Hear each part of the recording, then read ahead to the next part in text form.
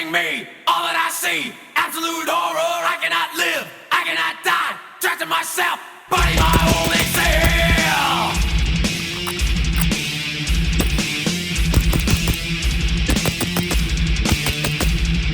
Landmine has taken my sight, taken my speech, taken my hearing, taken my arms, taken my legs, taken my soul, left me with life in hell.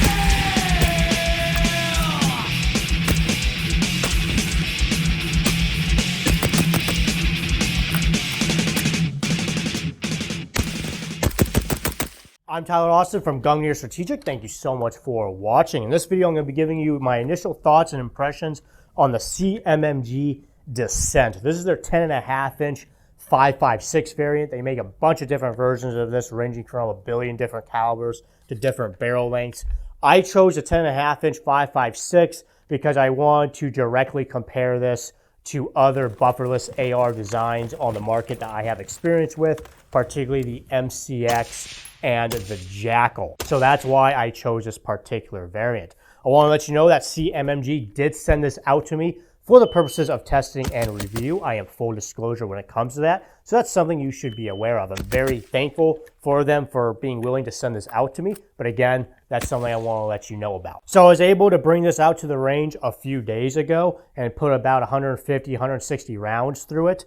Isn't a whole lot, but that's a pretty decent range session. And that was the first time I got to use this rifle on the range and shoot it. So far, I am really, really liking it. The biggest selling point to me on this particular design is that although it is bufferless, it is not nearly as heavy as other bufferless designs out on the market. And that's because it still uses direct impingement rather than a long stroke or a short stroke gas piston, which saves a lot of weight.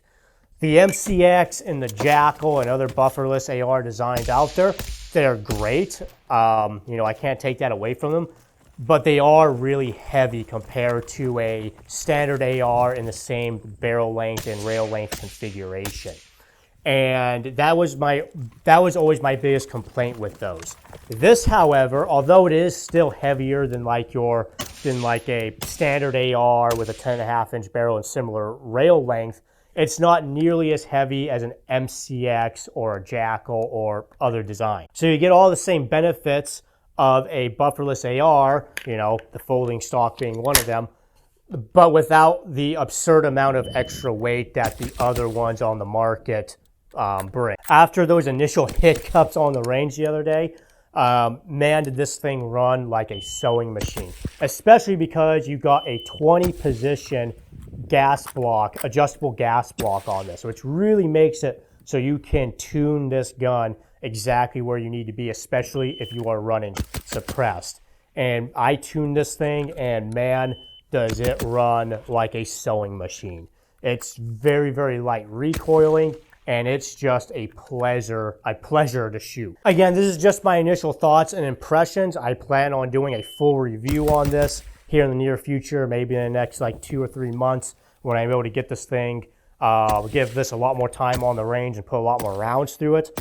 But overall, with the time I've had with it, I am really liking it. And this has become and is becoming my favorite bufferless AR design. Anyways, I hope you found this video helpful and informative. If you did, please like and subscribe. Also consider joining my Patreon, links down in the description below. If you'd be interested in exclusive content as well as exclusive deals and discounts with all of my channel sponsors, which there are a lot of them, and many of them are some of the biggest names in the industry, be sure to join my Patreon. You don't have to be a paying member in order to have access to my deals and discounts. Even if you join as a free member, you'll have access to all that. Again, link is down in the description below. Anyways, I'm Tyler Austin from Gungnir Strategic. Thank you so much for watching.